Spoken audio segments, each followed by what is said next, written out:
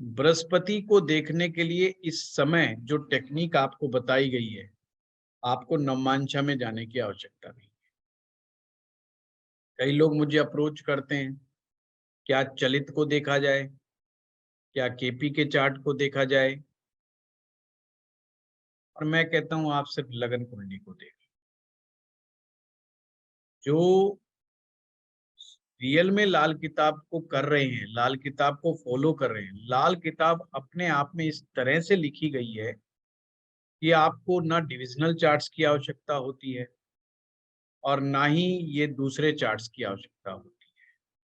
वो अपने आप में इस तरीके से बनाई हुई है, तो आपको कहीं जाने की जरूरत नहीं। पर जिनको फार्मूले याद नहीं है, वो कहते हैं अच्छा ये बात यहाँ सेट नहीं बैठ रही तो यहाँ बिठा दो, अच्छा ये यहाँ नहीं तो यहाँ बिठा दो, ओहो फिर चलित में देख लो, फिर वो अपनी बात को पलट दो।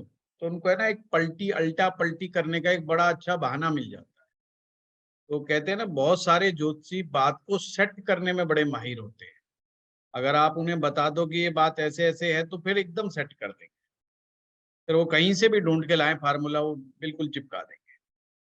और नहीं तो मैक्सिमम एस्ट्रोलॉजर के साथ प्रॉब्लम यहाँ आती है कि उनको ग्रह की पावर नहीं समझ में आती कि ये ग्रह की स्ट्रेंथ क्या है क्या नहीं है। और जब तक ज्योतिष में आप ग्रह की स्ट्रेंथ को नहीं समझते, आप उसके रिजल्ट को प्रेडिक्ट ही नहीं कर सकते। Simple logic. जो ग्रह ताकतवर है, जो ग्रह शक्तिशाली है, वो समझो प्रसन्न है, वो खुश है।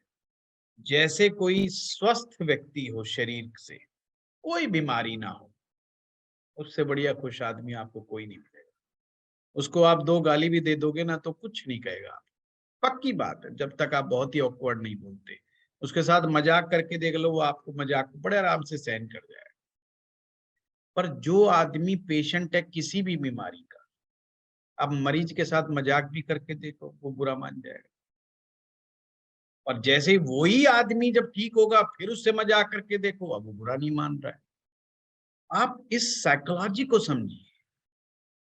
अगर आप ग्रहों को इंसान की तरह समझेंगे, जैसे हम लोग फील करते हैं, ऐसे ही ग्रहों की फीलिंग को समझेंगे आप, गणित के द्वारा, फार्मूले के द्वारा, तो वो आपको आंसर देंगे और बहुत राइट आंसर देंगे। ये सूत्र याद रखिए ज्योतिष में, जैसे सुखी इंसान सुख बांटता है, दुखी इंसान दुख बांटता है। आप किसी पेशेंट के पास जाइए हाल चाल पता करने, अब वो बेचारा है ही दुखी उस समय, और क्या बताएगा आपको, बीमारी के बारे में बताएगा, तकलीफ के बारे में बताएगा, डॉक्टरों को दो गालियां निकालेगा, दो गालियां दवाइयों को देगा कि मैं इतने दिनों से ठीक नहीं हो रहा हूँ, फलाना हो गया, ढिमकाना हो गया। कोई भी अच्छी बात आपको नहीं करेगा। आप उससे पॉजिटिव बात भी करेंगे तो भी कहेगा छोड़ यार ये क्या बात, कोई बात तो कहने की है, कोई सब हवा हवाई बातें हैं, आपकी उस बात को भी नहीं सुनेगा। जब ग्रह की स्थिति कुंडली में, किसी भी ग्रह की स्थिति जब ऐसी हो, जिसे हम बार बार एक शब्द बोलते हैं ना, पीड़ित। पीड़ित का मतलब है वो पिट रहा है, पीठ कोई और रहा है। अब पिटने वाला जो बेचारा दुखी होगा, अब आप सोचो कोई अपने को पीट दे तो अपन खुश होंगे कि दुखी होंगे? नहीं होंगे ना, हम दुखी होंगे। हाँ, कुछ विरले ऐसे भी होते हैं, बड़े नायाब किस्म के जो है होते हैं लोग, कि एक बार रामलाल को कुछ लोग पीट रहे थे, पीटने वाले पीट के चले गए, रामलाल हंसने लगा। सब लोग बोले अरे तुझे तो पीट के गए, तू हंस क्यों रहा है? कहता हंस ये रहा हूं, पट्टे सारे के सारे मूर्ख थे, पीटने आए थे श्यामलाल को, पीट गए रामलाल को, इनसे बड़ा मूर्ख कोई नहीं। वो ग्रह कौन सा है कुंडली में? एक ग्रह ये भी होता है, वो ग्रह होता है उच्च का। जो पीड़ित ना हो किसी भी रूप में, और वो कुंडली में उच्च का होकर के बैठ जाए, वो ग्रह ऐसा होता है कि मुसीबत में भी हंसता है, यानी तुम्हें हंसाता है, तुम्हें वो ताकत देता है कि तुम हर नेगेटिव चीज को पॉजिटिव वे में लेना शुरू कर देते हो। क्योंकि कभी कभी क्या होता है कि जो बहुत पावरफुल प्लेनेट होते हैं, ग्रहों की चालों में वो भी फंस जाते हैं। आपके सामने लाल किताब में वर्षफल आएगा। अब वर्षफल में कई बार ऐसी स्थिति बन जाती है कि आपका जो सबसे प्यारा ग्रह है वो भी फंस जाता है। अब ऐसे में क्या करेगा? आप पिटोगे तो सही आप, परंतु पिटने के बाद भी हंसोगे कि वो रामलाल को पीटने नहीं आए थे, वो श्यामलाल को पीटने आए थे। कम से कम अपने को पीटने नहीं आए थे, उसको इसी बात की खुशी है, गलती से पीट गए। इतना पॉजिटिव थॉट्स ये आपकी कुंडली में बैठा हुआ ग्रह देता है। और इसके विपरीत जो सबसे दुखी ग्रह मिलेगा, वो अपनी कारक चीजों में हमेशा गलतियां निकालता है। ऑडी भी कोई गाड़ी है, मर्सिडीज भी कोई गाड़ी है, एक मात्र 6 किलोमीटर चलती है और 1 लीटर पेट्रोल फूक जाती है। 100 रुपए लगते हैं 6 किलोमीटर जाने के। एक नंबर की बकवास गाड़ी है, यही बोलेगा बंदा। अब कौन बंदा ऐसा बोलेगा? जो पीड़ित है। अगर कोई पूछ रहा है गाड़ी लेनी है कितना किलोमीटर चलती है, शुक्र की कमजोरी है, शुक्र की कमजोरी है ये, वो ये पता कर रहा। तो चीजों को समझना लाल किताब में बहुत आसान बना दिया कि एक आदमी का थॉट प्रोसेस किस तरह से काम करता। आप उसकी बातचीत को ही थोड़े दिनों बाद समझने लग जाते हैं कि इसका फलाना ग्रह गड़बड़ है, फलाना ग्रह ठीक है। आप उसके व्यवहारिक पक्ष से ही समझना शुरू कर देते हैं। अर्थात जो ग्रह जितना पीड़ित होगा, अगर शुक्र किसी का बुरी तरह पीड़ित है, उसको 5 स्टार होटल के अंदर हर जगह बेफिजूले खर्चे नजर आएंगे। और वो एक ही बात कहेगा, कल को मुझे इसका मैनेजर बना दे तो मैं यहाँ से कॉस्ट कटिंग करूंगा, मैं इसकी कॉस्ट कटिंग करूंगा, ये गमला फालतू लगा रखा है इधर तो कोई देखने भी नहीं आ रहा, ये जो स्विमिंग पूल है इसमें कोई नहाने नहीं आता, ये वेस्टेज ऑफ मनी है। तो हर जगह वेस्टेज ऑफ मनी नजर आएगी। आप ये जब चीजें समझने लग जाएंगे, तब आपको रियल ज्योतिष समझ में आएगा। इसीलिए मैं बार बार कहता हूँ, इस बात पे मत जोड़ दो कौन कहाँ बैठा है तो क्या रिजल्ट देगा। ये बैठो, वो कहीं पर भी बैठा है, वो बैठ करके अच्छा बैठा है कि बुरा बैठा है ये देखो बस। कोई भी ग्रह अच्छा होकर के जिस भाव में बैठेगा, ध्यान से समझना, उस भाव को ब्यूटीफाई कर देगा, उस भाव को अच्छा कर देगा। और पीड़ित ग्रह जिस भी भाव में बैठेगा, चाहे वो कितने भी अच्छे भाव में बैठ जाओ, पीड़ित ग्रह जिस भी भाव में बैठेगा उस भाव को डेंट मारेगा।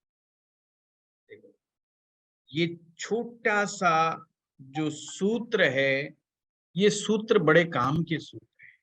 जब आप प्रेडिक्शन करोगे, चाहे वैदिक में अपना लो, चाहे लाल किताब में अपना लेना, फार्मूला यही काम करेगा। लाल किताब आपको एक नया आयाम देती है, जिसमें बहुत सारे स्टेप नहीं है, एट ए मोमेंट वहीं पर सारा हिसाब किताब हो जाता है। जैसे आज हमारा कुंडली का चौथा भाव है। चौथा भाव सभी आप लोग जानते हैं, ये हमारे मन से रिलेटेड है। मन की, मन का सुख, मन का दुख चौथा भाव बताता है। अब जब हम कह देते मन को चौथा भाव दिखाता है, तो पहले ये समझना होगा ये मन क्या चीज है, किस चिड़िया का नाम। मन का आखिर स्वभाव क्या है, उसका भी तो नेचर समझना पड़ेगा, जभी हम फोर्थ भाव को समझ पाएंगे। मन का स्वभाव होता है कम आनंद से अधिक आनंद की ओर जाना। हमेशा याद रखना, कम आनंद से अधिक आनंद की ओर जाना। जितना मिल गया उससे ज्यादा की उम्मीद रखना, और जो मिल गया है उसकी वैल्यू खत्म हो जाएगी। नहीं क्या, ये जो चीज है, अगर हम इन छोटी छोटी चीजों को समझने लग जाएंगे तो हम फोर्थ हाउस को समझेंगे। ऐसा क्यों है मन? क्योंकि चौथा भाव बहता हुआ दरिया है। बहता हुआ दरिया का मतलब नदी, फ्लोइंग वाटर से समझो कि जल बह रहा है। यही स्थिति हमारी मन की होती है।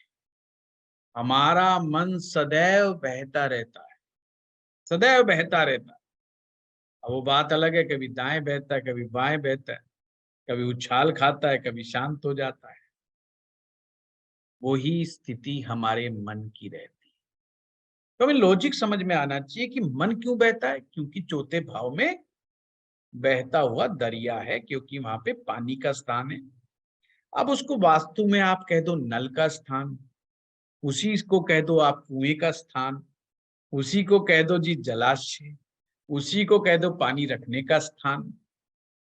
हम अपने घर में जहां पर पानी स्टोर करके रखते हैं, वही चौथे भाव के रिजल्ट दे रहा है। जहां पर जल होगा वो चौथे भाव को रिप्रेजेंट कर रहा है।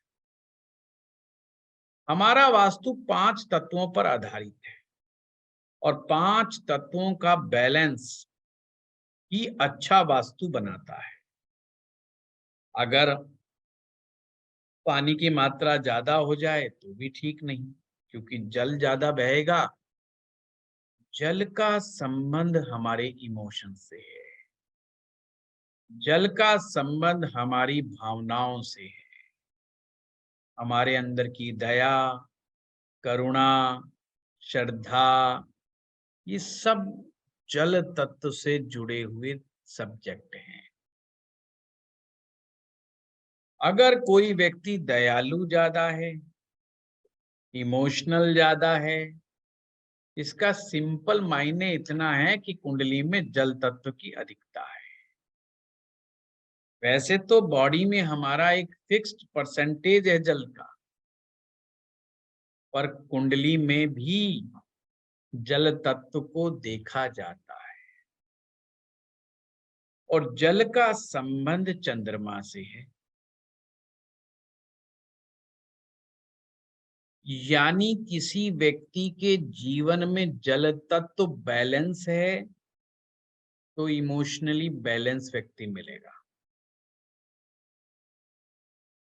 अगर अनबैलेंस है तो इमोशनली अनबैलेंस मिलेगा। इमोशनली अनबैलेंस का मतलब जल तत्व या तो अधिक हो जाए या जल तत्व कम हो जाए। आप ये जो जल तत्व है, इसको कैसे देखा जाए कि ये जल तत्व कैसा है कैसा नहीं? तो चौथे भाव को समझने के लिए कि चौथे भाव में जो जल है उसकी मात्रा ठीक ठीक है कि नहीं, तो ये बात पता करने के लिए हमें चंद्रमा की स्थिति को देखना है। चंद्रमा यदि सही सही मात्रा में सही बैठा हुआ है, सही मात्रा का मतलब वो सही जगह बैठा हुआ है, सही शक्ति के साथ बैठा हुआ है, बैलेंस बैठा हुआ है, ना तो ज्योतिष में नीच का चंद्रमा अच्छा होता, ना ही ज्योतिष में उच्च का चंद्रमा अच्छा होता। कभी कभी हम उच्च के चंद्रमा को देख के बड़े खुश हो जाते हैं, पर ये उच्च का चंद्रमा भी अच्छा नहीं है एक बैलेंस लाइफ के लिए। चौथा भाव चंद्रमा की जड़ है। अब ये जो हम बात कहते हैं चंद्रमा की जड़ है, इसका मतलब ये है कि काल पुरुष की कर्क राशि चौथे भाव में फॉल करती है। आपके घर में कितना धन का आवागमन रहेगा, तो जितना जल तत्व बैलेंस रहेगा उतने ही घर में आवागमन पैसे का, फाइनेंस का अच्छा रहेगा। इसीलिए जब मैंने धन की बात बताई थी तो मैंने क्या कहा था, 9वें भाव से किस्मत के बादल उठते हैं, 10वें से जल बढ़ते हैं, दूसरे से टकराते हैं और सारा पानी बरसात के रूप में चौथे में इकट्ठा होता है। तो 4th हाउस का जल आ कहां से रहा है? दूसरे से। हमेशा इस कनेक्शन को याद रखना, दूसरे से पानी आ रहा है चौथे में। बड़ा सिंपल लॉजिक है। आपके घर में रखी हुई लग्जरी आपकी औकात बताती है। इसीलिए इसे लक्ष्मी के बैठने का स्थान माना है। लक्ष्मी भाव 5वां है, पर लक्ष्मी जी के बैठने का स्थान चौथा है। आप किसी बड़े अमीर घर में जब प्रवेश करते हैं तो वहां की दीवारें, वहां आपका रखा हुआ सामान उस इंसान की औकात को बता देता है। यहाँ पर लक्ष्मी माँ का कितना बड़ा आशीर्वाद, कितना बड़ा आशीर्वाद नहीं है। जब वो कहते हैं आइए जनाब बैठिए सोफे पे, आप सोफे को हाथ लगा के देखते हैं, अरे तो 5 लाख रुपए का सोफा है। आप समझ जाते हैं कि अपने पास तो 50,000 का, इसके बाद 5 लाख का है। तो लक्ष्मी जी की आशीर्वाद तो यहीं बरस रहा है। तो चौथे भाव को आपने समझना हो तो अपने घर की तरफ नजर मार लीजिए। जो आपका घर का सारा वास्तु है वो चौथा भाव। जिन लोगों की कुंडलियों में वास्तु दोष होता है वो पता करने के लिए भी चौथा भाव ही देखा जाता है। चौथा भाव ही डिसाइड करता है कि किसी व्यक्ति की जन्म कुंडली में के द्वारा कि उसका को घर कैसा मिलेगा, उसके घर में वास्तु दोष होगा कि नहीं होगा। चौथा भाव आपके माँ के सुख और दुख का है, आपके माँ की लॉन्जेविटी को डिसाइड कर। चंद्रमा और चौथा भाव दोनों मिलकर के आपकी माता की उम्र को बताते हैं। माँ को कितना कष्ट होगा, कितना नहीं कष्ट होगा, ये भी चौथा भाव ही बताता है। मन और माँ और हम सनातनी लोग धरती को भी माँ कहते हैं, जमीन को भी माँ कहते हैं। इसीलिए जमीन, प्रॉपर्टी, ये सब चौथे भाव से देखी जाती है। आप कितने मकान बनाओगे, कितने नहीं बनाओगे, चौथा भाव डिसाइड करता है। आपका मकान बड़ा होगा कि छोटा होगा, किन लोगों की मदद से होगा कि किन लोगों की मदद से नहीं होगा, किस उम्र में होगा, जल्दी बनाएं कि लेट बनाएं, बना बनाया लें कि ईंट पर ईंट रख करके बनाएं। ये सारे डिसीजन चौथे भाव को देख करके किए जाते हैं। चौथा भाव में एक अद्भुत कमाल की चीज और भी है। ये बताता है पति पत्नी का दाम्पत्य सुख, सुख की बात कही है मैंने। चौथा भाव डिसाइड करता है ना, कमाल की बात। हम 7वें भाव के पीछे लठ लेके लगे रहते हैं। सप्तम भाव तो केवल दो लोगों को मिलवा देता है, वहां तो शादी करा देता है, वो तो एक कॉन्ट्रैक्ट है कि दो लोगों ने 7 वचन पढ़े और दोनों ने एग्री किया। 7वां भाव, 7 फेरे, 7 वचन, यही याद रखना बस। 7वां भाव, 7 फेरे, 7 वचन। परंतु दोनों के मिलने के बाद सुख मिलेगा कि दुख मिलेगा, दोनों के कॉन्ट्रैक्ट होने के बाद सुख मिलेगा कि दुख मिलेगा, चौथा भाव ही डिसाइड करेगा। यानी कि आफ्टर द मैरिज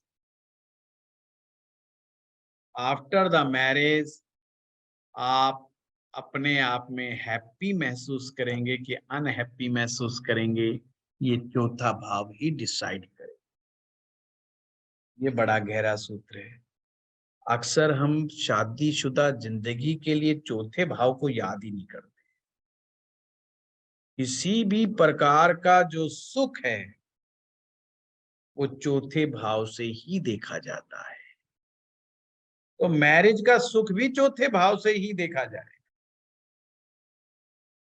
अब ज्योतिष में ना बहुत बारीक बारीक अंतर होते हैं, उन अंतरों को हम ना समझ के सबको मिक्सअप कर देते हैं। हमने शादी देखनी है, सप्तम भाव पे आ गए, ज्यादा सैया सुख 12वें पे चले गए और फिर साइड में हट जाते हैं। ये नहीं देखते कि पति पत्नी एक दूसरे से कितने अनसेटिस्फाइड है और वो चौथा भाव उसकी कहानी कह रहा हो। चौथा भाव में के साथ जो दिशा जुड़ी हुई है वो है नॉर्थ ईस्ट, जिसे ईशान कोण कहते हैं। नॉर्थ ईस्ट कॉर्नर, और ईशान नाम है भगवान शिव का। भगवान शिव के 5 मुख हैं, उनमें से एक मुख जिसका नाम ईशान है, ये नॉर्थ ईस्ट डायरेक्शन, ये वही दिशा है जहां पर गुरु देव बृहस्पति उच्च के हो जाते हैं। यही कारण है कि चौथे भाव में गुरुदेव जब आते हैं तो उच्च के माने जाते हैं। और एक सूत्र मैं देता हूं, चौथे भाव में अगर शुभ ग्रह बैठे हों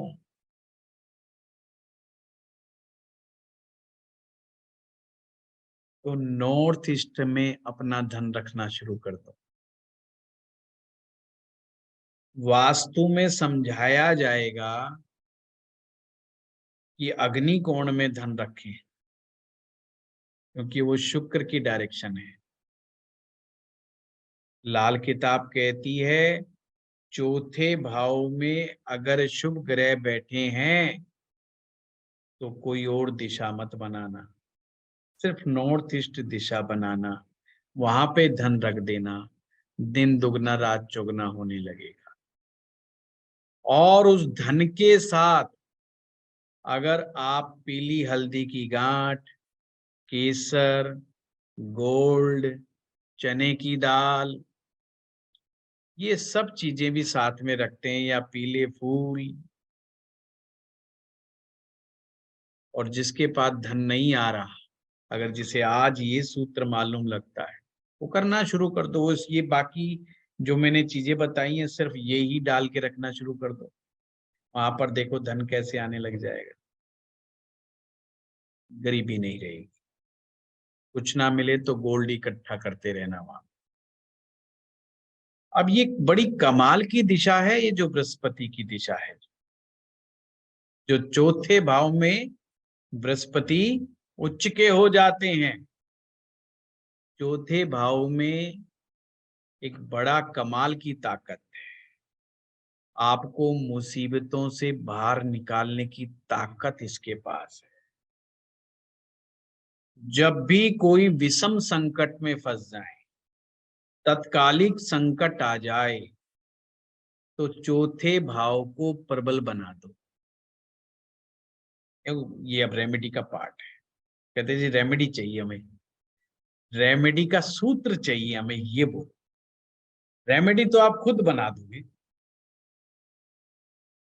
कोई आदमी अचानक से आया, मुसीबत में फंस गया जी, मुकदमा लग गया, पुलिस पीछे पड़ गई मेरे, या मेरे पीछे जो है कर्जा मांगने वाले जो है, मैंने कर्जा लिया पीछे पड़ गए, कोई मारने के लिए पीछे भाग रहा है, कोई दौड़ रहा है, कोई कह रहा है यहाँ पकड़ेगा यहाँ पीटेंगे, वहां मिलेगा वहां पीटेंगे, और कभी गवर्नमेंट कह रही है कि हम तेरे से टैक्स वसूलेंगे। बड़ा भारी पंगे फंस गए। अब बंदे को तुरंत रिलीफ चाहिए, चौथे भाव को प्रबल बना। अब आप पूछें लॉजिक क्या है? अरे जब संकट आता है तो मन घबराता है, संकट आता है तो मन घबराता है, और जब मन घबराता है तो बुद्धि काम करना बंद कर जाता है, और उसको कोई आइडिया नहीं आता है। मुसीबत के समय कोई आइडिया नहीं आता, और आता है तो उल्टा सीधा आता है, सही नहीं आता है। तो इसलिए चौथे भाव को प्रबल बनाना है, और छोटी मोटी टेंशन हो जाए, छोटी मोटी टेंशन हो जाए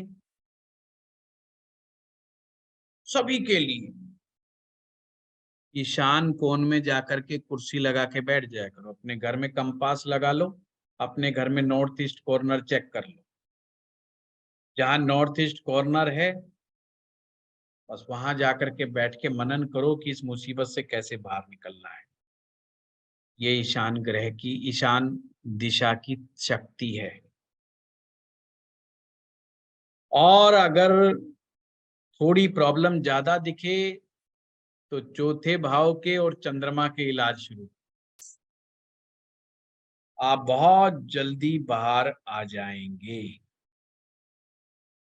चंद्रमा का संबंध रात्रि से है, तो चंद्रमा यदि खराब हो जाए तो रात को नींद नहीं आती,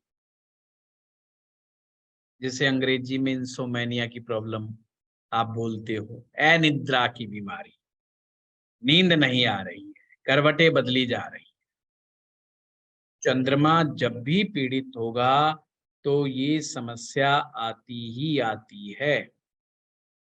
घोड़ा, घोड़ी, या जो भी सफेद रंग से संबंधित हैं, एक गधे को छोड़कर, चंद्रमा से संबंधित पशु और जानवर कहलाते हैं। घोड़ी का दूध, गाय का दूध, भैंस का दूध, या दूध से बनी हुई चीजें चंद्रमा से संबंधित होती हैं।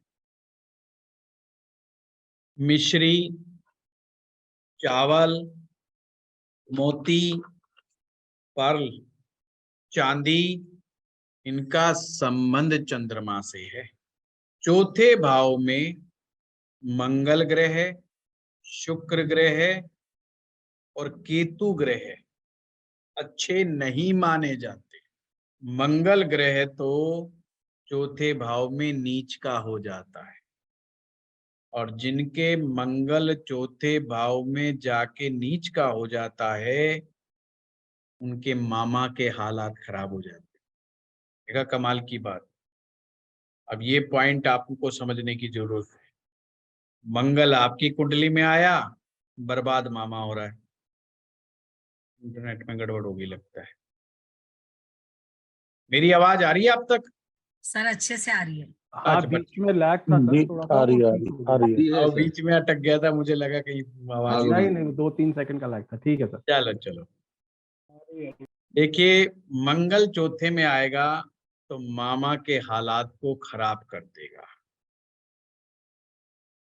मामा के आर्थिक हालात बिगड़ेंगे या हेल्थ बिगड़ेगी, और कभी मंगल ऐसे में बद हुआ हो करके आ जाए तो मामा को बर्बाद तक कर देता है। केतु चौथे भाव में आए तो मैं वैसे तो अलग से कराऊंगा ऋण के बारे में, लाल किताब में ऋणों के बारे में कहा जाता है। चौथे भाव में केतु आ जाए तो माँ का ऋण कहलाता है, माँ का कर्ज। इसमें माँ एक लायबिलिटी की तरह बन जाती है और माँ की खुद की हालत बहुत खराब रहती है। अब हमें समझना होगा कि जो भी ग्रह, शांति से समझना, जो भी ग्रह चौथे भाव में बैठ जाते हैं वो चंद्रमा की तासीर के हो जाते हैं। तासीर में स्वभाव। इसका तात्पर्य क्या हुआ? इसका तात्पर्य ये हुआ कि वो अपना अच्छा या बुरा रिजल्ट इस बात को देख करके दिखाएंगे कि चंद्रमा के हालात कैसे हैं।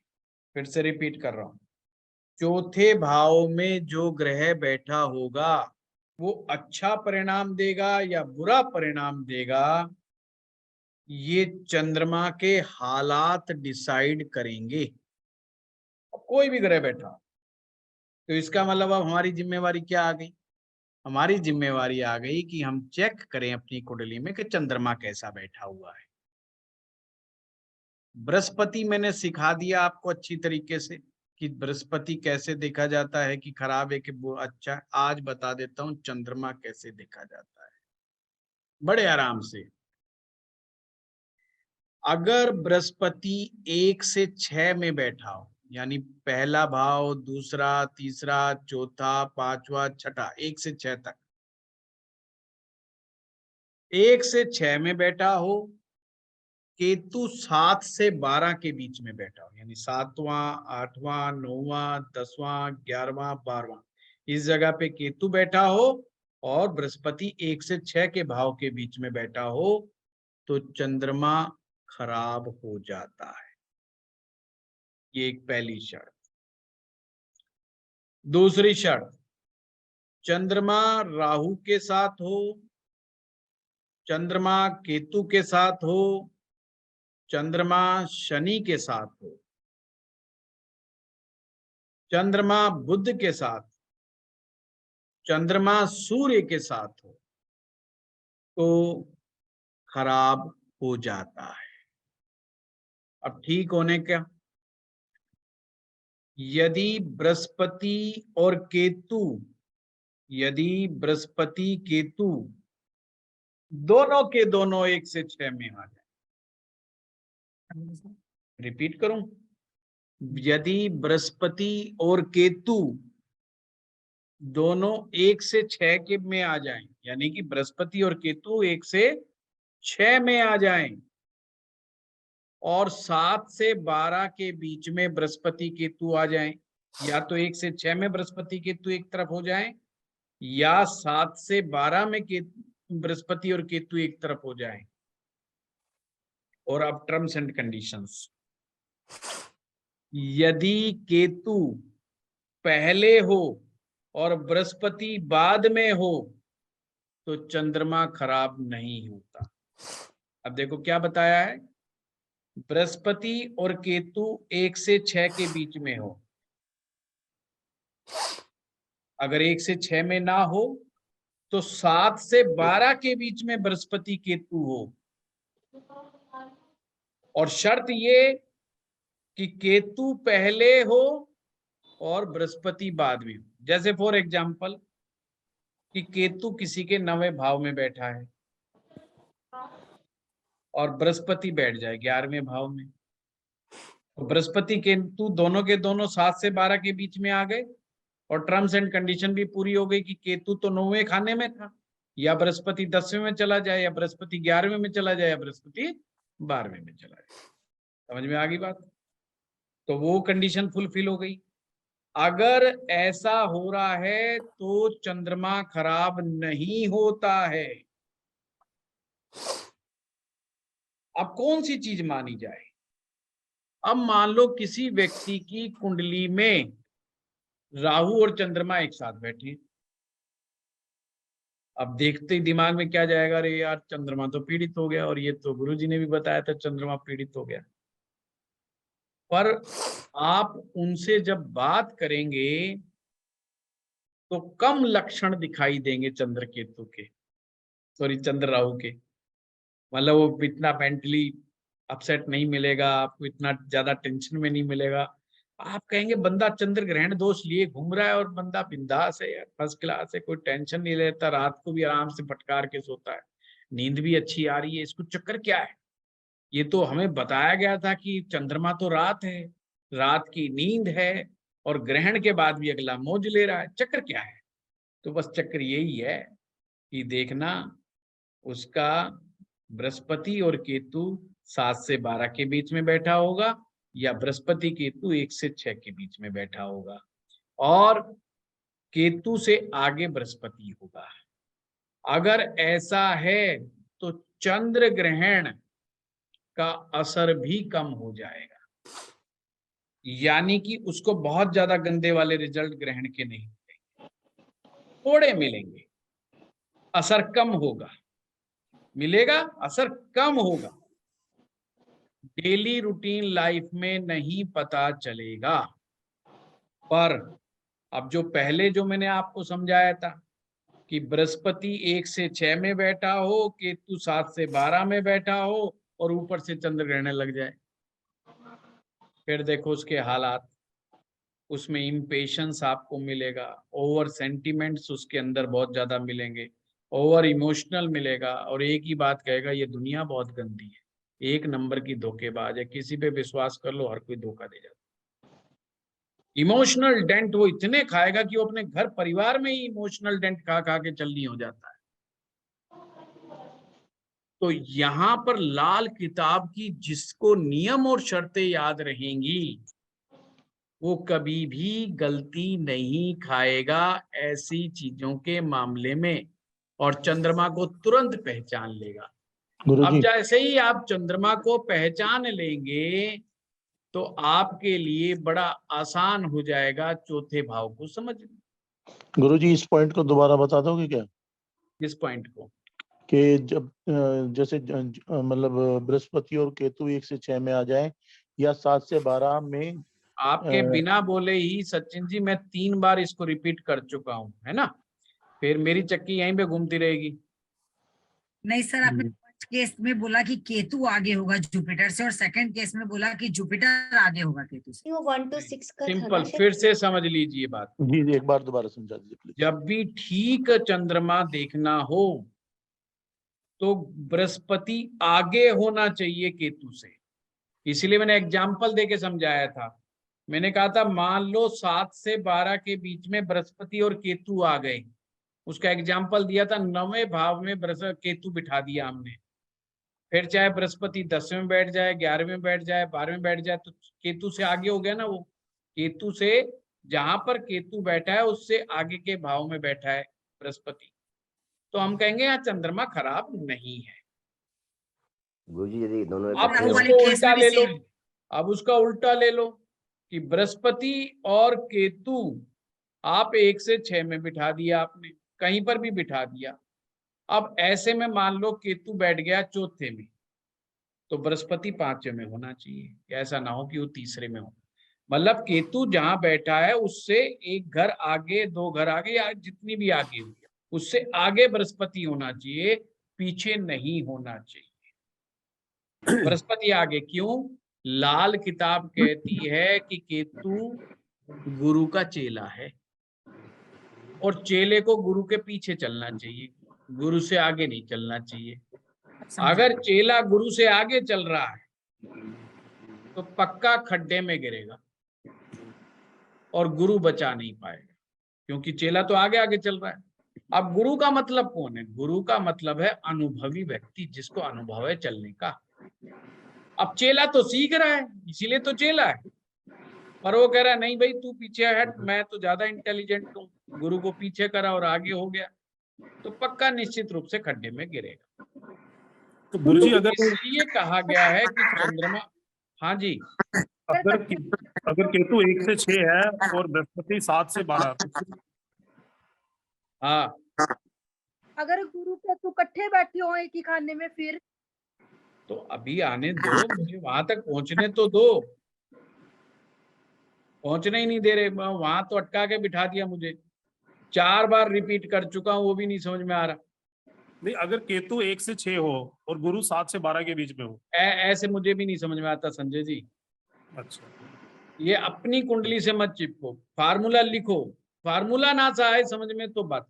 नहीं वो तो समझ आ गया। काम आएंगे फार्मूले, काम आएंगे, बार बार कह रहा हूं, सिर्फ फार्मूला काम आएगा। आप उसको दोबारा इस वीडियो को सुनिएगा, फिर देखिएगा और फिर अप्लाई करके देखिएगा। ना अप्लाई हो तो फिर बता, है ना, अभी के अभी नहीं। अब मैं आपकी बात पर आता हूं। अगर बृहस्पति राहु के साथ बैठा हो तो खराब माना जाएगा।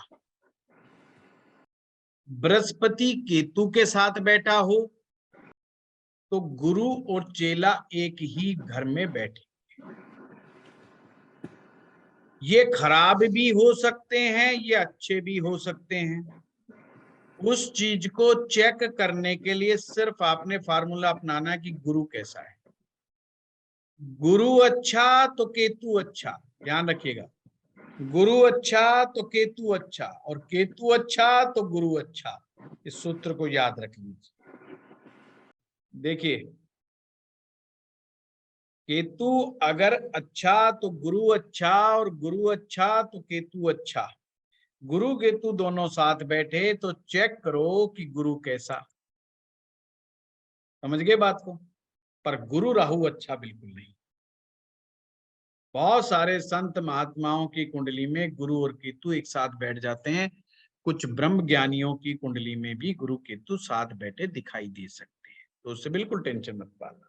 सिर्फ वही फार्मूला अपनाना कि बृहस्पति के दुश्मन 3 राहु बुध और शुक्र, वो 2, 5, 9, 11, 12 में बैठे कि नहीं बैठे, सिंपल इतना स्टडी करना और बस टेंशन फ्री रहना, वहीं से डिसाइड हो जाएगा।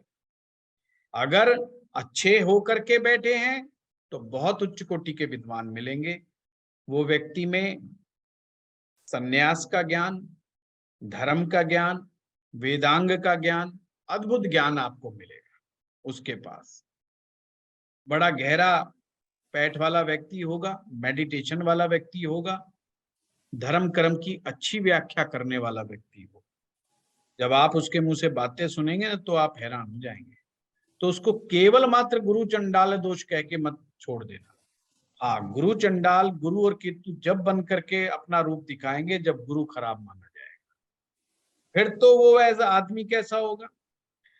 बहुत ज्ञानी होगा, दुनिया को ज्ञान बांटता फिरेगा, खुद का ज्ञान खुद के कभी काम नहीं आएगा। अपने मामले में बिल्कुल ऐसा हाल होगा जैसे मसालची मसाल लेकर के चलता है।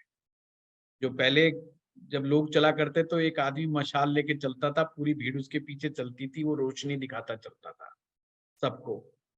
तो ये गुरु चंडाल योग का बहुत अच्छा एग्जाम्पल है, इसको हमेशा याद रखना। और वो बेचारा है ना, ऐसे नीचे देख देख के चलता था कि कहीं मैं पत्थर से टकरा तो ना जाऊं, मैं कहीं खुद ही खड्डे में ना गिर जाऊं, क्योंकि वो दूसरों को रोशनी देता था पर खुद अंधेरे में रहता था। तो गुरुजी इसका तो इलाज? चंडाल वाले व्यक्ति के साथ ये बड़ी समस्या है। कोई व्यक्ति सलाह मांगने आए, उसके पास सलाह हरदम ऑलवेज रेडीमेड तैयार रहती है, और वो सलाह काम भी करती है, ऐसा नहीं कि काम नहीं करती। उससे कोई सलाह ले जाएगा वो एकदम पार जाएगा। पर अगर उसके घर परिवार में मुसीबत खड़ी हो जाए, उसके ऊपर मुसीबत खड़ी हो जाए, तो उसको कुछ नहीं सोचता। और वो अगर फार्मूला लगा भी दे जो दूसरों को देता, वो काम नहीं करता।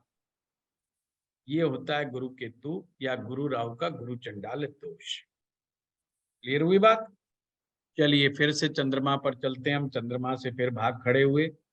मैंने बताया था कि चौथे भाव में जो भी ग्रह बैठेगा वो चंद्रमा की तासीर का हो जाएगा। अर्थात चंद्रमा अच्छा होगा कि बुरा होगा। अगर अच्छा होगा तो वो बैठे हुए ग्रह अच्छे परिणाम देंगे, और अच्छे का मतलब क्या होगा? माँ सुखी होगी, माँ ने दुख नहीं देखा होगा।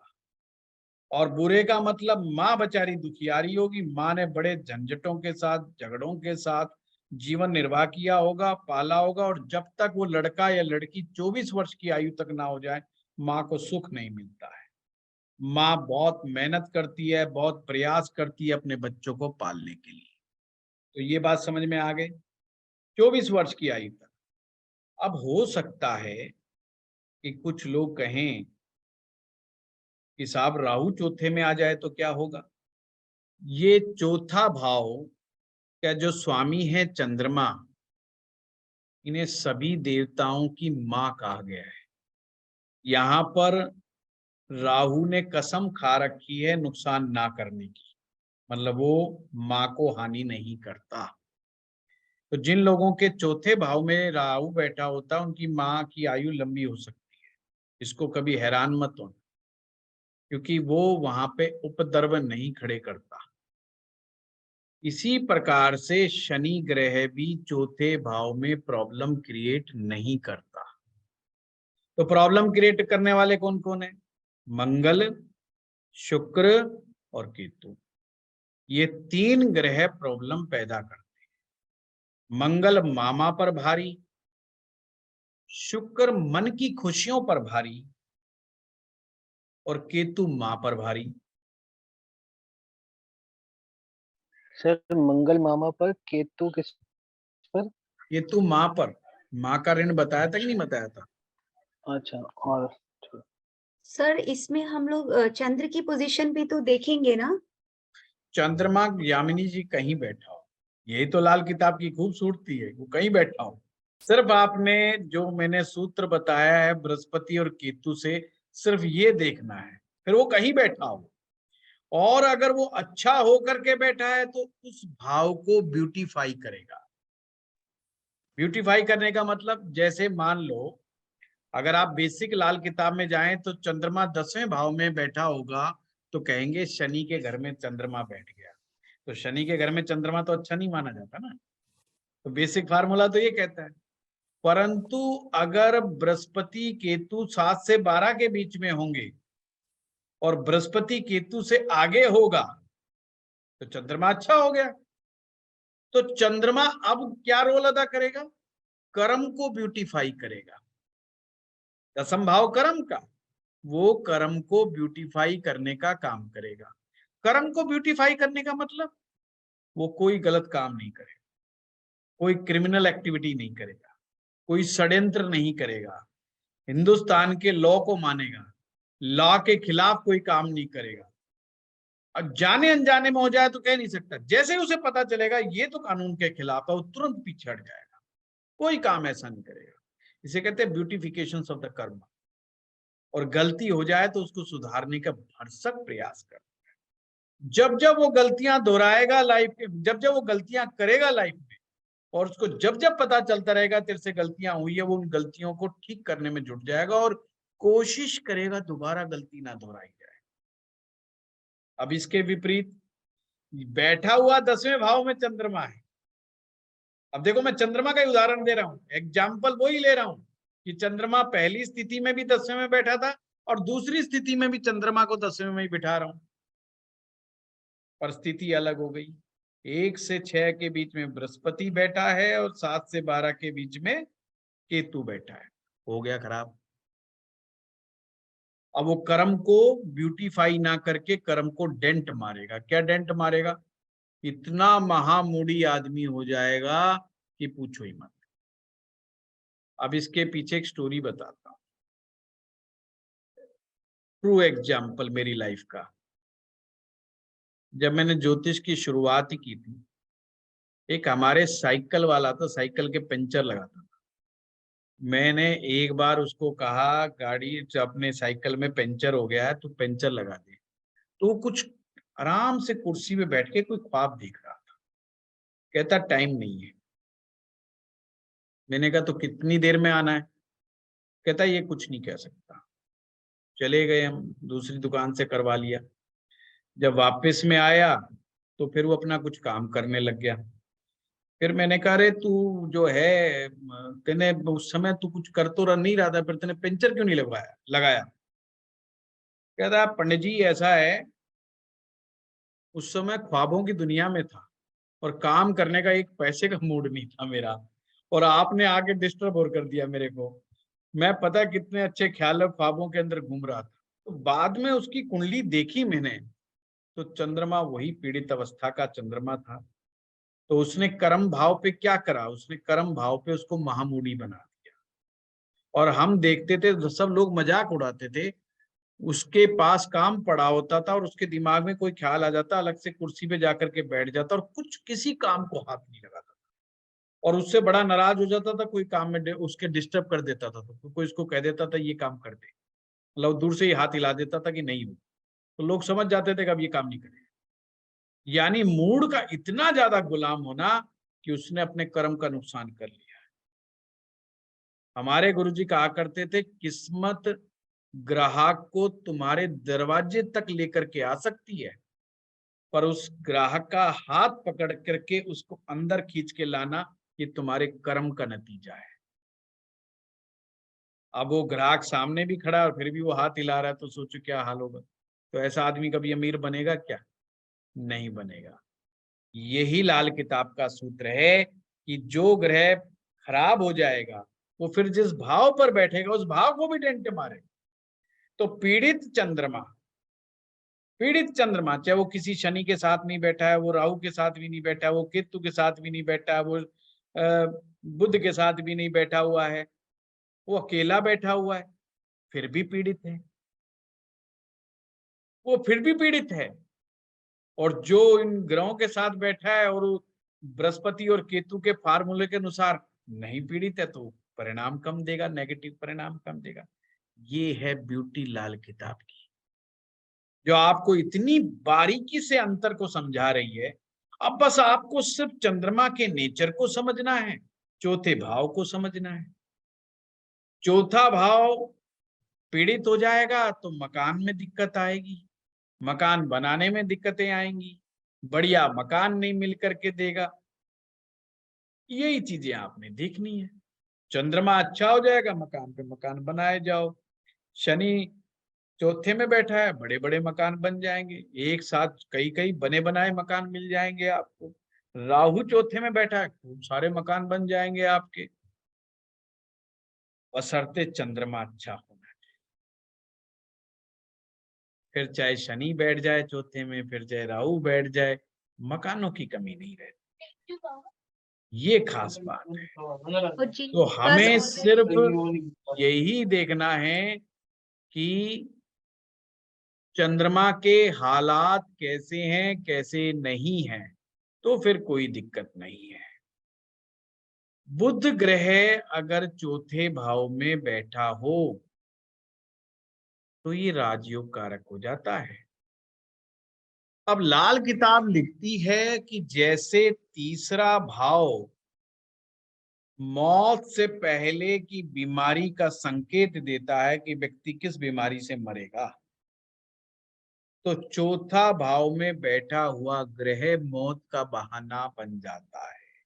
यानी कि मौत का बहाने का मतलब होता है कि उससे रिलेटेड चौथे भाव से हम छाती देखते हैं, चौथे भाव से हम हृदय देखते हैं, चौथे भाव से हम कफ संबंधी बीमारियां देखते हैं, चौथे भाव से हम सांस संबंधी बीमारियां देखते हैं।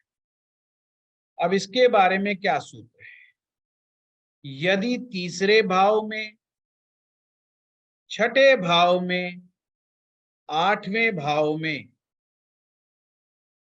एक दूसरे के दुश्मन ग्रह बैठे हैं, कि जो तीसरे में बैठा है और जो छठे में बैठा है आपस में दुश्मन है, या जो तीसरे में बैठा है जो आठवें में बैठा है वो आपस में दुश्मन है, या छठे आठवें में जो बैठे हैं वो एक दूसरे के दुश्मन है, तो ऐसी स्थिति के अंदर जो चौथे भाव में ग्रह बैठा होगा वो मौत का बहाना बनेगा। यानी हार्ट अटैक करवा सकता है, फेफड़े खराब करवा सकता है, टाइफाइड बिगाड़ सकता है, निमोनिया की प्रॉब्लम पैदा कर सकता है, टीबी पैदा कर सकता है। ऐसे में क्या करना है? चौथे भाव की चीजों को, जो चौथे भाव में जो ग्रह बैठा होगा जो मौत का बहाना बनेगा, उसको तुरंत मंदिर में दे दो, उसकी चीजों को मंदिर में दे दो। और 8वें भाव की चीजों को या तो शमशान भूमि में दबा दो या गरीबों में बांट दो। इस तरीके से आप उस मौत के बहाने से बच सकते हो। चौथा भाव एक प्रकार से वैद्य है, यानी कि मन। आपने एक सूत्र तो सुना ही होगा, मन के हारे हार है, मन के जीते जीत। जब हम मन से हार जाते हैं तो बीमारी हमारे ऊपर हावी हो जाती है। जब तक फाइटिंग स्पिरिट आपके साथ है, बीमारी आपको हरा नहीं सकती। तो उसे बनाए रखने के लिए चौथे भाव को प्रबल बनाए रखिए। ठीक है, चलिए आज इतना ही करते हैं हम लोग। कहा गया था कि जल्दी करें, तो ज्यादा क्वेश्चन ना पूछें तो बढ़िया रहेगा। अभी यहीं पे वाइंड अप हो जाएगा। यामिनी जी कुछ कह रहे हैं आप? सर आपने जब ये शुरू किया था 4th हाउस का, तो आपने कहा था इंसोमानिया, आपको नींद नहीं आती ठीक से, ये सब के लिए। सो अगर जैसे चंद्रमा, मतलब ऑफ कोर्स आपको पता चल जाएगा, मैं किसी कुंडली को देख के बोल रही हूँ, मेरी बेटी की है, वो चंद्र उनका 12th में है एंड इसके राहु उनका 4th में है और उनका केतु पीछे आगे है और गुरु भी पीछे, तो उसको नींद नहीं आती and she is very young age से उसको ठीक से नींद नहीं आती। यही तो समझाया यामिनी जी आज। उसकी पढ़ाई भी बहुत आज अच्छी करती है। आज के बाद से आप खुद देखना सीख गए। अब आपको पता चल गया कि बिटिया जवान है, उसके बावजूद भी इस छोटी सी उम्र में भी उसको नींद नहीं आ रही है। नींद ना आने की मुख्य वजह आपको पता लग गई। बचपन से ही नहीं आ रही है, पढ़ाई भी बहुत अच्छी है और कभी भी रोने लग जाती है for any reason, no reason, कोई वैसे रीजन ही। भी चंद्रमा का 12वें में बैठना अच्छा नहीं माना जाता है नींद के लिए, और ये मंगल को बद भी बना देता है। वो भी एक चैलेंज है उसके साथ। कोई बात नहीं, चौथे भाव के उपाय करो, नींद आ जाएगी। चौथे भाव को शुभ करने के जो है आप उपाय करो। और आपको Okay. जल्दी उपाय चाहिए तो मेरा एक वीडियो है यूट्यूब पर चंद्रमा के ऊपर स्पेशलाइज्ड, उसमें रेमेडीज सारी है, वो रेमेडीज करो। हाँ जी, वो कर रहा है थोड़ा थोड़ा, तो बहुत ज्यादा, मतलब वो पढ़ाई में बहुत अच्छी है, शी इज ट्राइंग हरसेल्फ, क्योंकि मम्मा 2-2 बजे तक तो नींद नहीं आती। मेरे साथ भी इतनी बार चंद्रमा को सुलाने। मंगल की मदद देना बहुत जरूरी है। चंद्रमा को मंगल की मदद देना बहुत जरूरी है ऐसे केसेस में। तो चंद्रमा उसको को मदद, हाँ, चंद्रमा को मंगल की मदद देंगे और गुरु की मदद देंगे तो चीजें ठीक होंगी। Thank you. हाँ मधुर जी बताइए। सर जैसे चंद्रमा की बात की, चंद्रमा सूर्य और शुक्र अगर ये कंजक्शन हो एक साथ, और ऐसी स्थिति में अगर बृहस्पति और केतु भी ठीक स्थिति में हो तो हम इससे अगर सूर्य चंद्रमा शुक्र एक साथ बैठे हैं तो अमावस्या हो गई। अमावस्या का दोष लगेगा।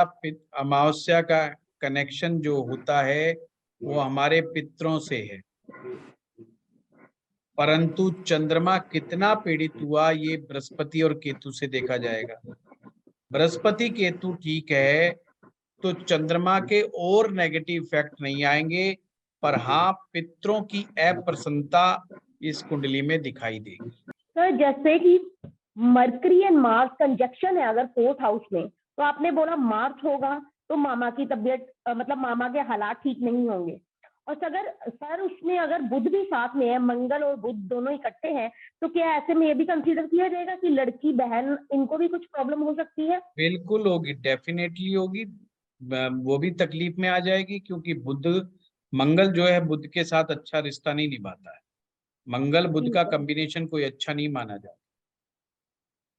ठीक है ठीक है सर, फिर हम आगे जाके ये करेंगे जैसे 2 या 2 या 3 जो कंजक्शन में बैठे हुए हैं। अभी आगे चल करके हम करते जा रहे हैं ना। एक अभी गुरु कर लिया था, आज चंद्रमा कर लिया ना, तो रोज कुछ ना कुछ करेंगे मधुर जी, चिंता मत करो आप। के अकॉर्डिंग इनका कुछ सीखेंगे।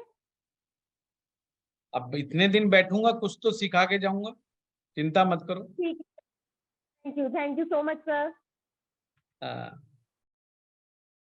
एक लेक्चरर वो होता है जो डेली आए और कुछ ना बताए और पूरा पूरा प्रवचन दे के जाए और स्टूडेंट को ना समझ में आए। हमारे एक लेक्चरर थे, वो बिल्कुल ऐसे ही थे, है ना। मैं बिल्कुल भी ऐसा नहीं, चिंता मत करो आप। अगर रोज बैठा हूं तो कुछ ना कुछ बता के जाऊंगा और नया बता के जाऊंगा, नया सिखा के जाऊंगा, और जब उनको कुंडलियों पे लगा करके देखना और फिर एक्यूरेसी भी। अगर मैंने आज आपको बताया कि चौथे भाव में मंगल मामा के लिए कष्ट, तो आप लगा के देखना, जिनकी भी कुंडली देख रहे हो उसका मामा बेचारा कष्ट में मिलेगा। समझ रहे हो बात को? तो फार्मूला इसी का नाम है फार्मूला, ठीक है। तो वो दाएं बाएं की बात कुछ नहीं, सीधा स्ट्रेट फॉरवर्ड समझा रहा हूँ बस। हाँ, नियमों को याद रख लो बस, नियम भूल गए तो मैं कुछ नहीं कर सकता। दोबारा वीडियो सुनना, तिबारा सुनना, इसके नोट्स बनाओ, अपने अपनी भाषा में नोट्स बनाओ, अपने को जैसा पसंद आए वैसा नोट्स बनाओ, इंग्लिश में बनाओ, हिंदी में बनाओ, गुजराती में बनाओ, पंजाबी में बनाओ, आपका जो मन करे वैसे बनाओ। हम भी अपनी तरफ से भेजेंगे। आज कोई मांग रहा था, आएंगे, पर इतने मजेदार नहीं आएंगे जितने मैं यहाँ सिखा रहा हूँ। ऐसे लच्छेदार बातें तो उसमें होनी नहीं। Thank you sir, thank sir अगर मर्करी सर आपने एक कहा चीज फोर्थ पूछना, हाउस में अब बहुत अच्छा होता है ना, लेकिन अकेला अगर बैठा मर्करी हुआ, सोनू जी अकेला अकेला, बैठा, हाँ जी सर, राजयोग अगर कारक। मर्करी, हाँ अगर उसके घर में, अगर चौथे भाव में बुध अकेला बैठा है तो घर में हर तरह की सुख सुविधा का सामान मिलेगा। और ठीक कभी है, कभी तो एक फ्रिज की जगह 2 फ्रिज मिलेगा, एक टीवी की जगह 2 मिलेगा, मतलब इस तरीके से भी मिल सकता है। तो अगर राजयोग मर्करी के, हाँ अच्छा हाँ सर, बताइए। मर्करी के साथ अगर वीनस हो या कोई और हो तो फिर मामला वो नहीं बनेगा, टर्म्स एंड वो नहीं कंडीशन बन, अप्लाइड। ओके, तो फिर सर एक वीनस के चीज, साथ फिर फिर वो हमें कुछ और ही जुपिटर, बन जाएगा, कुछ और ही बन अच्छा जाएगा। अच्छा सर, अगर मार्स वीनस राहु जैसे कंजंक्शन हो वहां पे फिर फोर्थ अभी हाउस में, देखो, अब मार्स तो और आप मामा को, लगाओ, अभी तो मार्स तो बताया है। मामा को, मार्स तो मामा को करेंगे, राहु तो उनको फायदा कर सकता है ना सर राहु, लेकिन मार्स के साथ और वीनस सर वाइफ को नुकसान मैं कर राहु सकता का भी कराऊंगा। अभी है। वीनस के साथ राहु छेड़ दूंगा, कई आ जाएंगे निकल करके, वो कहेंगे हमारा वीनस भी बताओ, तो हम्म चक्करों में नहीं पड़ना। बट अभी इशारे के लिए समझा दूं, हम्म राहु और वीनस का हम्म, कॉम्बिनेशन बिल्कुल अच्छा नहीं होता ठीक फॉर है, marital life. Okay sir. Guruji, हाँ बताइए। अगर जुपिटर और केतु चौथे हाउस में हो सर, राहुल मैं आ रहा हूँ अभी, आपने हैंड रेज कर रखा है, मैं देख लूंगा, डबल करने की जरूरत नहीं। हाँ हाँ गणेश जी बताइए। सर जैसे जुपिटर और केतु फोर्थ हाउस में हो, जुपिटर मान लीजिए अच्छा है, जैसे 2, 5, 9, 11, 12 वाले ऑप्शन से, लेकिन अगर केतु आ गया तो चंद्रमा तो यहाँ खराब ही होगा। नहीं, केतु अगर या चौथे जुपिटर, भाव में बैठा हुआ है तो माँ का ऋण तो बनेगा ही बनेगा, चाहे जुपिटर साथ में भी हो। चाहे जुपिटर बेशक साथ में हो। ये तो ध्यान रखना ठीक पड़ेगा, जहां पर ये कुछ पक्के नियम लिखवाए गए हैं लाल किताब में, वो मात्र ऋण में कन्वर्ट हो जाएगा।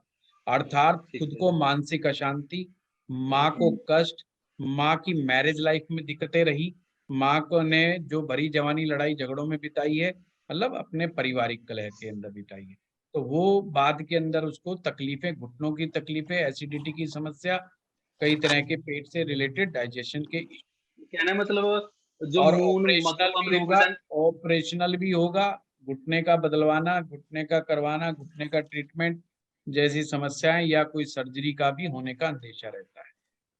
अब ऐसे फलित मत कराओ भाई, सारे आ जाएंगे फिर तो नहीं ऐसा नहीं सब।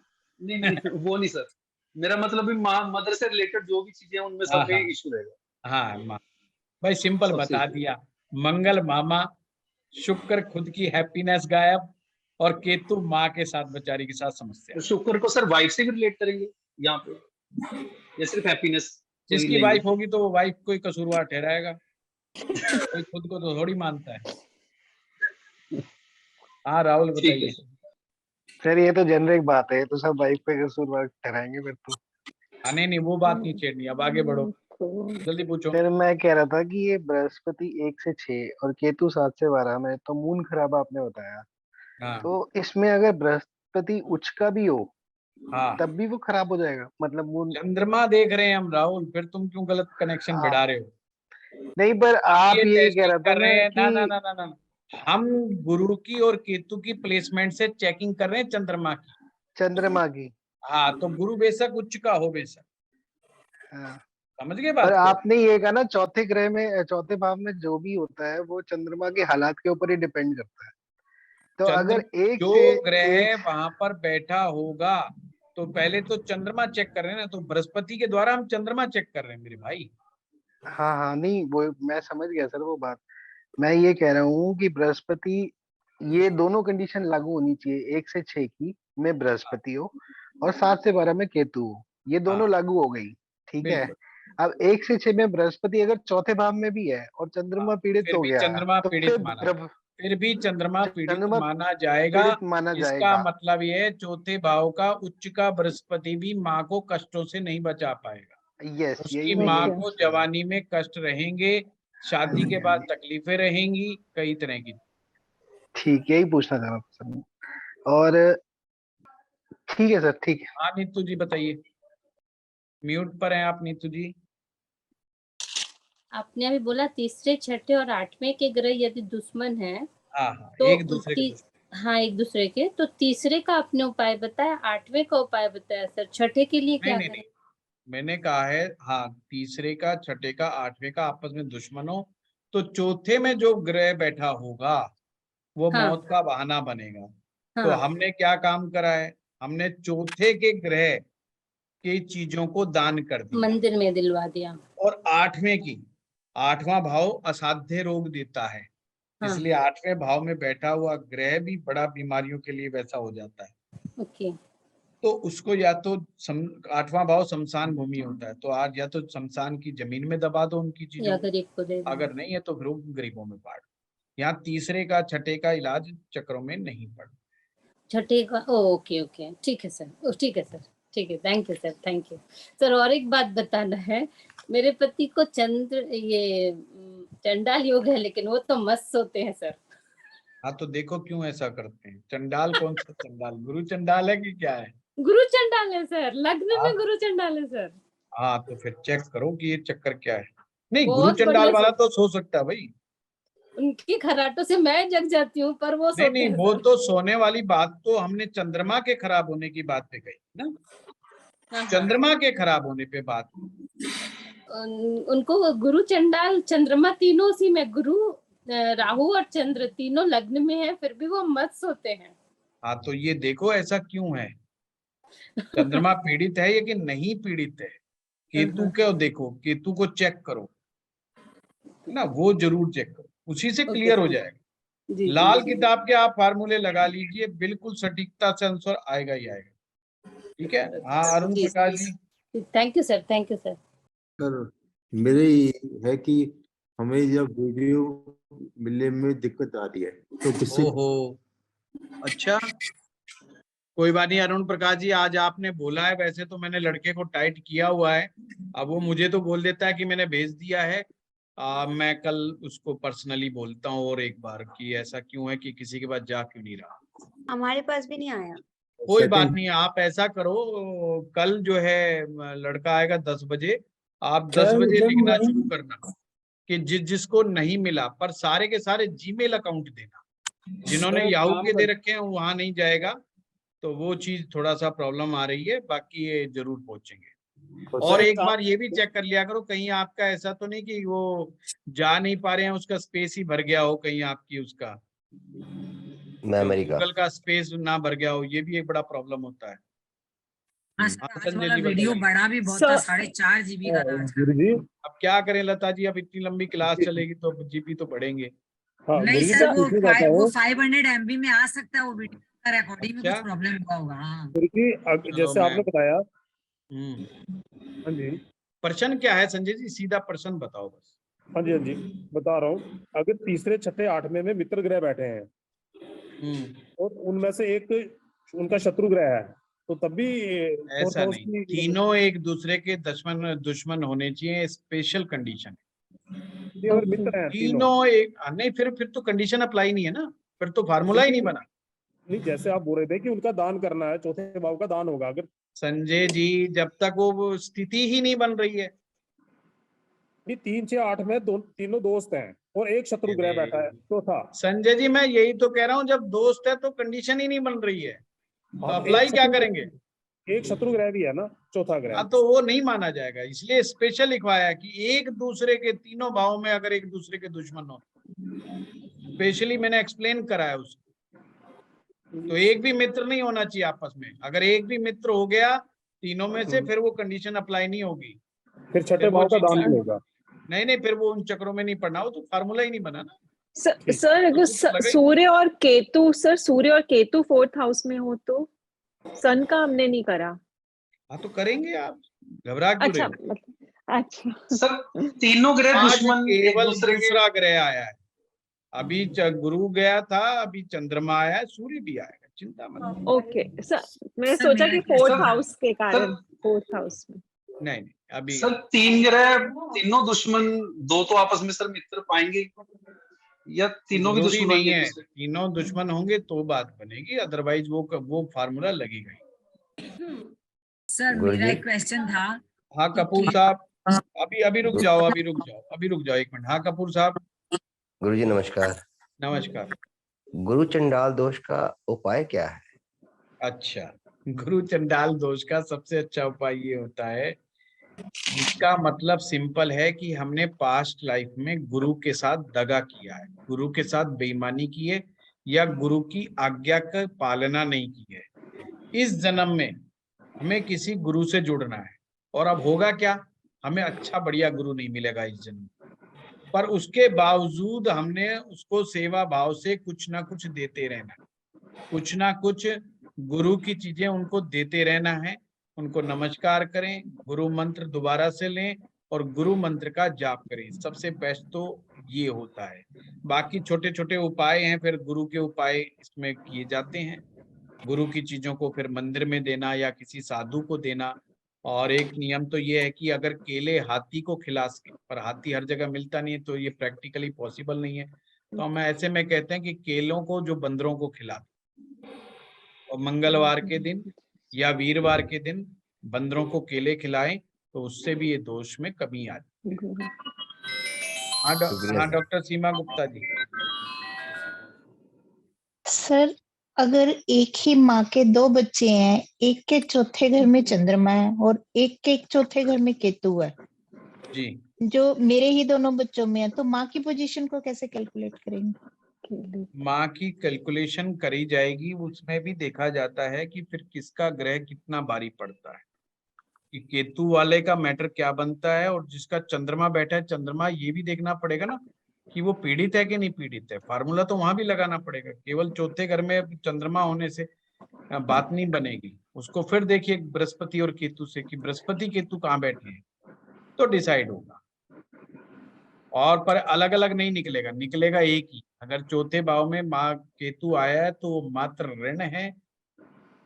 मात्र ऋण का मतलब ये है कि लास्ट के अंदर जिसकी कुंडली में मात्र ऋण है, आपको उसके पास रहना पड़ेगा, मतलब वो आपके पास रहेगा। पर दूसरे बेटे की कुंडली में भी चंद्रमा पीड़ित मिलेगा।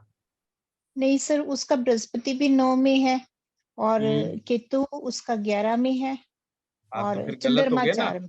हो गया ना, गलत तो हो गया ना, गुरु जी से आगे पहुंच गए ना चेले जी, इसलिए गुरु चेले का एग्जाम्पल दिया मैंने। उल्टा होता, अगर केतु 9 में होता और बृहस्पति 11 में होता तो ठीक होता, तो चंद्रमा पीड़ित हो गया, और पीड़ित चंद्रमा चौथे में बैठेगा तो माँ को कष्ट देगा। सर केतु 1 में हो और गुरु 4 में हो तो ठीक रहता है? गुरु तो फिर खराब हो जाएगा ना 1 to 6 के बीच में। वैसे कोई बात नहीं राहुल, ऐसे हाइपोथेटिकली क्वेश्चन कह के मुझे मत उलझाया करो है, तुम खुद लगा लो यार अभी साहब, ठीक है। हाँ मैं मनन जैन जी, हाँ बताइए, जो नए लोगों के क्वेश्चन लेने दो। आपने ये बताया कि 4th हाउस में अगर बुध हो तो वो राजयोग कारक है। हाँ जी, अगर अकेला हो। पिछले वीडियो में आपने ये बताया कि बुध अगर अकेला बैठा होता है तो वो व्यक्ति जल्दी अच्छा नहीं माना जाता कि लाल किताब कहती है बुध अगर अकेला बैठा होगा तो कमजोर होता है, समझो बात को। और 4th हाउस में हो तो वो अच्छा है। बुध अगर चौथे में कमजोर हो जाता है ना, अकेला बैठा है, देखिए अगर अकेला बुध है तो कमजोर है। हाँ जी। बुध चंद्रमा का दुश्मन है, बुध चंद्रमा का दुश्मन है। अगर वो वहां पर प्रबल होकर के चौथे भाव में आ जाएगा तो चौथे को डेंट मार देगा। इसलिए स्पेशल कंडीशन है कि भाई वहां पर अगर आए तो अकेला आए, किसी और के साथ हो गए तो पावरफुल भी हो सकता है, और पावरफुल हो गए तो चौथे भाव को डेंट मारेगा। तो इसलिए वो चंद्रमा को वहां पर डेंट नहीं मार सकता। समझ गए बात? सर एक क्वेश्चन और है, आपने कल बताया कि थर्ड हाउस से हम मृत्यु से पहले आने वाली बीमारियों का संकेत करते हैं, तो वो पॉइंट कहीं ना कहीं कल छूट गया हमारा। हाँ हाँ, तो बताया तो था मैंने, वो आगे आ जाएगा, कोई बात नहीं। 8 में क्या कराएंगे, अभी बहुत रिपीट होगा, बहुत रिपीट। Thank you. अभी बहुत लेट हो रहा है। पायल पटेल जी, मुझे नए नए लोगों को फटाफट देखने दो। सर नमस्कार, मिल गया मुझे मेरा answer sir. Thank you, thank you. Thank you, हाँ, sir. बरार साहब इंतजार कर रहे हैं। राम राम महाराज जी। राम राम जी, राम जी। फोर्थ में अगर मंगल होगा तो माँ को कोई कैंसर की दिक्कत आएगी? मेरी कुंडली में था ये, और मेरी मदर और शिवा से कैंसर पेशेंट।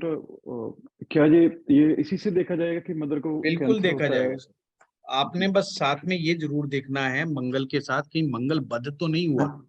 अगर माँ को कैंसर जैसी बीमारी हुई है तो मंगल जरूर कहीं ना कहीं किसी ग्रह से पीड़ित है, तो माँ को कैंसर होगा। अगर मंगल पीड़ित ना होकर के केवल चौथे भाव में बैठा हो तो मामा को कष्ट होगा। अगर मंगल बद हो गया तो फिर माँ को फिर बहुत बड़ी दिक्कत।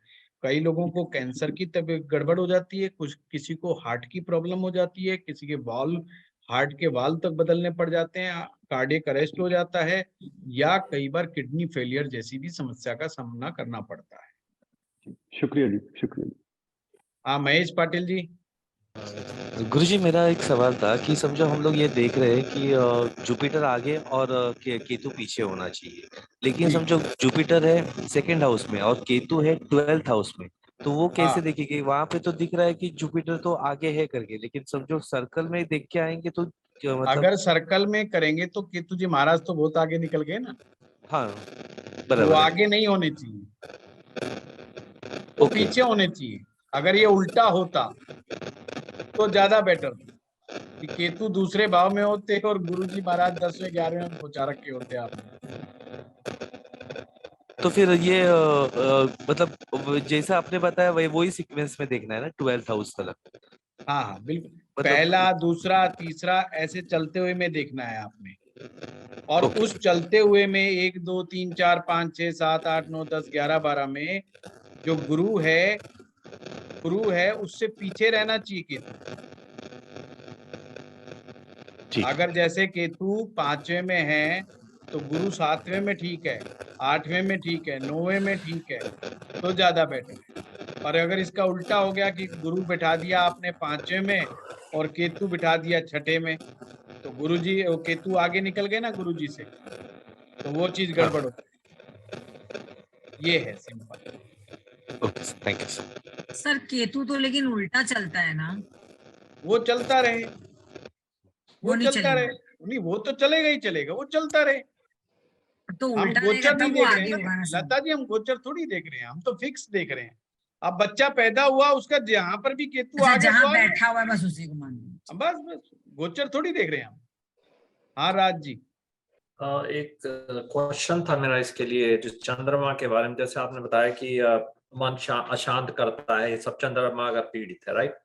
तो अगर कोई जैसे कोई साधना करने लगे जिससे मन शांत होता है, एकाग्र होता है और समता में रहता है, राइट, और उसको फिर लगे कि हाँ उसका सब कुछ बैलेंस है ना, वो परेशान होता है, तो उससे क्या चंद्रमा सुधर गया, राइट? ये सिम्टम है उसके, या कुछ और भी? जब तक ये नहीं पता चलेगा राज जी वो कर क्या रहा है, वो तपस्या कर रहा है कि भक्ति कर रहा है, तपस्या ही समझो, कि अगर मंत्र तपस्या कर रहा है। समझना नहीं है ना, ये इनमें बड़ा अंतर है, बड़ा बारीक अंतर है। अच्छा। 5वें भाव से भक्ति आएगी, 5वें भाव से भक्ति आएगी, मेडिटेशन अलग भाव से आएगा, प्राणायाम अलग भाव से आएगा। प्राणायाम कर रहा है तो चौथे भाव से आएगा, यानी कि श्वास की कोई क्रिया कर रहा है, चाहे योग निद्रा कर रहा है, चाहे प्राणायाम कर रहा है, वो चौथे भाव का खेल है। अगर वो मंत्र जाप कर रहा है तो 5वें भाव का खेल है। कोई तंत्र की क्रिया कर रहा है तो 8वें भाव का खेल है। मेडिटेशन कर रहा है तो वो एक अलग पार्ट का। हाँ, तो मैं इसीलिए कह रहा हूँ वो अलग अलग भावों से अलग अलग चीजें आती हैं। अच्छा, है ना। हाँ, और जैसा आपने राजयोग बताया कि राजयोग में आपके जो कारक बताए कि भाई सुख सुविधा ज्यादा होंगी, ये सब होगा, राइट, कि ज्यादा चीजें होंगी सुख से, तो वो तो लाइक कई जगह तो ऐसी होती है कि जहाँ पे नॉर्मल चीजें हैं। तो राजयोग और क्या बताता है, लाइक हाई पोजीशन? राजयोग है ना, कई प्रकार के होते हैं राजयोग। अच्छा। उसमें से उनकी ग्रेडिंग करनी पड़ती है कि ये राजयोग किस लेवल का है। एक सामान्य राजयोग का मतलब है कि आप अपने घर में रईसों की तरह रहते हैं। रईसों की तरह मतलब ये होता है कि आपको ये टेंशन लेने की जरूरत नहीं है कि मेरे घर में अगर 10 मेहमान आ गए तो क्या करूं। ठीक है। आपके पास घर में 2 नौकर भी हैं, आपके पास खिलाने का 6 महीने का साल भर का राशन भी घर में पड़ा है। आप घर पे फोन मारते हैं कि आज मुझे ये खाना है, तो वही बन जाता है। तो ये राजा हो गए ना आदमी। अपने घर में मस्ती से उसको फिल्म देखनी है तो होम थिएटर लगा के फिल्म देख लेता है वो। अपने घर में बगीचे देखने होते हैं, बगीचे में जाके पानी दे आता है वो। तो ये सब राजयोग ही हैं एक प्रकार के, कि आदमी राजाओं की तरह रह रहा है, जिसके घर में नौकर चाकर हैं, काम करने वाले लोग हैं, जिसके बात बन जाए। Thank you very much. ठीक है। हाँ सचिन कुमार जी, किसी का रिपीट ना हो प्लीज। गुरुजी नमस्कार। और आउट ऑफ द वो सिलेबस मत पूछना। अच्छा, ये मेरा एक छोटा सा क्वेश्चन है, थोड़ा सा हटके भी है और सिलेबस से भी है कि जैसे आपने बताया 3rd, 6th और 8th भाव में अगर दुश्मन है तो 4th हाउस के जो ग्रह होता है वो मौत का बहाना होता है। तो जैसे कि हम उसकी रेमेडी के लिए आपने बताया कि 4th हाउस में ग्रह के नीच को चीजों को मंदिर में दे दें, या हम किसी का जल प्रवाह करते हैं या जमीन में दबाते हैं। तो ये जितने भी उपाय करते हैं, जैसे हम जल प्रवाह करते हैं, तो क्या उनको हम, जैसे कि हम बादाम को जल प्रवाह कर रहे हैं, नारियल को जल प्रवाह कर रहे हैं, तो उनको हम खा भी सकते हैं क्या? नहीं, खा भी नहीं सकते। और जल प्रवाह करने वाली अलग से आएगी, वो मैं आपको बताऊंगा। आज के में सिर्फ मैंने मंदिर बताया है और जमीन में दबाने के लिए या गरीब को दान देने के लिए। तो जैसे कि हमने कोई चीज मंदिर में दान दे रहे हैं, तो बादाम ही दे रहे हैं, तो क्या बादाम हम घर पे खा सकते हैं या उनको अवॉइड करना पड़ता है? नहीं, खा सकते हैं, कोई ऐसी बात। जी जी, बस यही गुरु। Thank you. हाँ ईशान जी। गुरु जी प्रणाम। प्रणाम। मेरा क्वेश्चन है, कुंडली में 4th हाउस में राहु हो और चंद्रमा 7th हाउस में जुपिटर और मरकुरी के साथ हो, तो चंद्रमा क्या पीड़ित होगी या शुभ? और सेकंड होच्छे 7th हाउस में क्या गज केसरी योग काम करेगी? मैंने कहा था ना, आउट ऑफ सिलेबस मत पूछो। अच्छा। गज केसरी योग काम करेगी कि नहीं करेगी, उसके लिए गज केसरी का मैं बताऊंगा आप लोगों को। आज जो बताया वो फार्मूला लगाओ, ये सब वो रिपीट हो रहा है सारा। हाँ नीरज जी। हाँ सर। सर अगर मतलब गुरु अगर केतु से आगे बैठा है और शनि के साथ बैठा है तो फिर चंद्रमा खराब हो गया। कौन चंद्रमा शनि के साथ बैठा है? हाँ चंद्रमा। नीरज जी, अगर चंद्रमा शनि के साथ बैठा है, ये विष दोष बना, पर विष दोष की, हर दोष की, ध्यान रखिए, हर दोष की एक ग्रेडिंग करनी पड़ती है आप लोगों को, या हर योग की भी ग्रेडिंग करनी पड़ती है कि वो अच्छा है तो कितना अच्छा है, और कोई बुरा दोष है तो बुरा है तो कितना बुरा है। अब विष दोष जो है सुसाइडल टेंडेंसी का योग है। विष दोष जो है पागलपन का, डिप्रेशन का योग है। विष दोष है फूड पॉइजनिंग का बहुत बड़ा नेगेटिव योग है। विष दोष अगर बना हुआ है और जो स्थिति आपने बताई है, यानी कि बृहस्पति केतु 1 से 6 के बीच में है या 7 से 12 के बीच में है, परंतु साथ में बृहस्पति आगे है और केतु पीछे है, तो उसका जो नेगेटिविटी होती है वो थोड़ी कम हो जाएगी विष दोष की। यानी कि वो फिर डिप्रेशन की गोलियां नहीं खाएगा, सुसाइडल टेंडेंसी नहीं रहेगी, पर स्ट्रेस में रहेगा। बाहर का उल्टा सीधा खाएगा तो उसको फूड पॉइजनिंग होगी, अगर घर का बना खाना खाएगा तो कुछ नहीं बिगड़ेगा। तो वो फिर डाउनग्रेड हो जाता है नेगेटिव पॉइंट। यही तो लाल किताब की ब्यूटी है। अगर हम किसी और चीज से समझते हैं तो हमें विष दोष को फिर विष दोष ही मानना पड़ता है। अब उसमें ये पता लगाना मुश्किल हो जाता है कि ये विष दोष कितना ज्यादा गड़बड़ है कितना नहीं गड़बड़ है। खैर वैदिक में अगर आपको डिविजनल चार्ट्स अगर अच्छे से मालूम होंगे तो फिर भी आप फाइंड आउट कर लेते हैं। अगर डिविजनल चार्ट की मास्टरी नहीं है तो फिर दिक्कत आती है। और सर एक सेकंड क्वेश्चन था, अगर फोर्थ हाउस में जैसे शुक्र बैठा है तो फोर्थ हाउस खराब हुआ है या फिर सिर्फ मन की शांति? मन की शांति भंग हो जाती है नीरज जी। घर के अंदर फोर्थ हाउस को डेंट नहीं मारता है क्या?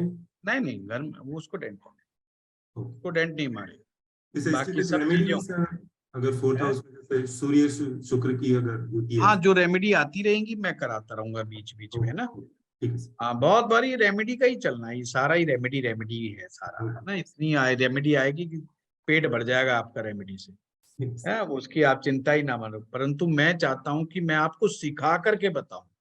केवल रेमेडी लिखवाऊं तो एक पीपीटी बनाऊं, तरीका तो ये होना चाहिए एक पीपीटी बना करके रख दूं आपके सामने, बढ़िया मैं भी देख देख के बोलता रहूं, मुझे भी टेंशन ना रहे कि लिखा हुआ आराम से बोलना है मुझे, बस प्रवचन से करता जाऊंगा और 4 रेमेडी लिख के ले आऊंगा, बस वो कर दूंगा।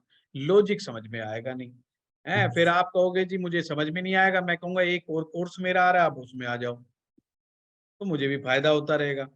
तो फायदे तो बहुत हैं। अभी तो क्या होता है हमें भी सोचना पड़ता, दिमाग पे जोर लगाना पड़ता है कि कोई फार्मूला भूल तो नहीं गया, ये बता दूं वो बता दूं, वो चक्करों में रहते हैं, है ना। कई बार ऐसी बातें भी बता जाते हैं जो हमें सोच के नहीं आते, फिर भी बता जाते हैं, बातों में बातें चल जाती हैं, निकल जाती हैं ना दिमाग में। तो तुम्हें उसका फायदा आप लोगों को बहुत होता है, क्योंकि कुछ ऐसी चीजें भी आ जाती हैं जो हम लोग नहीं सोच के आए होते। कहते हैं ना गद्दी के ऊपर बैठ करके फिर कुछ और ही हो जाता है। ठीक है चलिए, थैंक यू। बाकी लोग उस पे लिखें, 11 बज गए हैं। गुरुजी एक लास्ट क्वेश्चन। हाँ बताइए। इस भाव का जमीन किसकी और है कोठी किसकी? नहीं जमीन भी चंद्रमा की, मालिक भी चंद्रमा। गुड, मेरे दिमाग में यही था। Thank you. ओके।